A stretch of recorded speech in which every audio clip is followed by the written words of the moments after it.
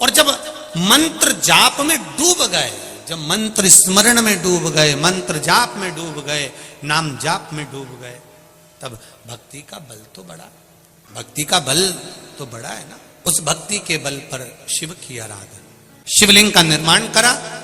वो निर्माण करने के बाद में शंकर भगवान के शिवलिंग के निर्माण का जो आनंद था वो चंद्रदेव ने पा लिया और काया के रोग से मुक्त हो गए। काया के रोग से मुक्त, शिव की आराधना का फल प्राप्त करें, भक्ति प्रबल होनी चाहिए। चंद्रदेव की काया ठीक हो गई। आज दक्ष प्रजापति की सभा लगी है, शिवजी जाकर बैठ गए, उठ नहीं पाए, नमन नहीं कर पाए, प्रणाम नहीं कर पाए, देख नहीं पाए। जब नहीं देखा, दक्ष प्रजापति को क्रोध आ गया।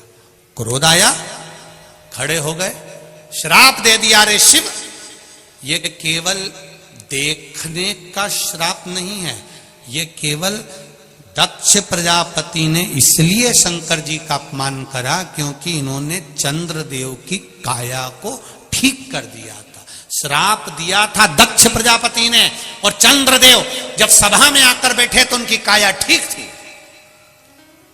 चंद्रदेव की काया बिल्कुल ठीक।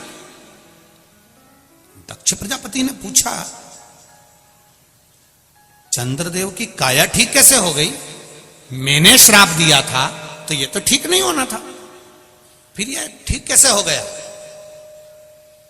तब देव ऋषि नारद ने कहा, दक्ष प्रजापति, तुमने श्राप दिया है, पर संवारने वाला वो भोलेनाथ सामने बैठा हुआ है, उसने सवार। शिव ने इसको अच्छा कर दिया, हाँ, शंकर भगवान ने इसको अच्छा कर दिया, हाँ। केवल एक कारण था, दक्ष प्रजापति ने भगवान शंकर को कहा कि तुम शमशान में निवास करोगे और मेरे घर के यज्ञ में तुम नहीं आओगे। शंकर जी ने करा क्या था? शंकर जी ने ऐसा काम ही क्या करा था जो उनके ससुर उनसे रूठे हुए थे? केवल एक काम भोलेनाथ जी ने करा था।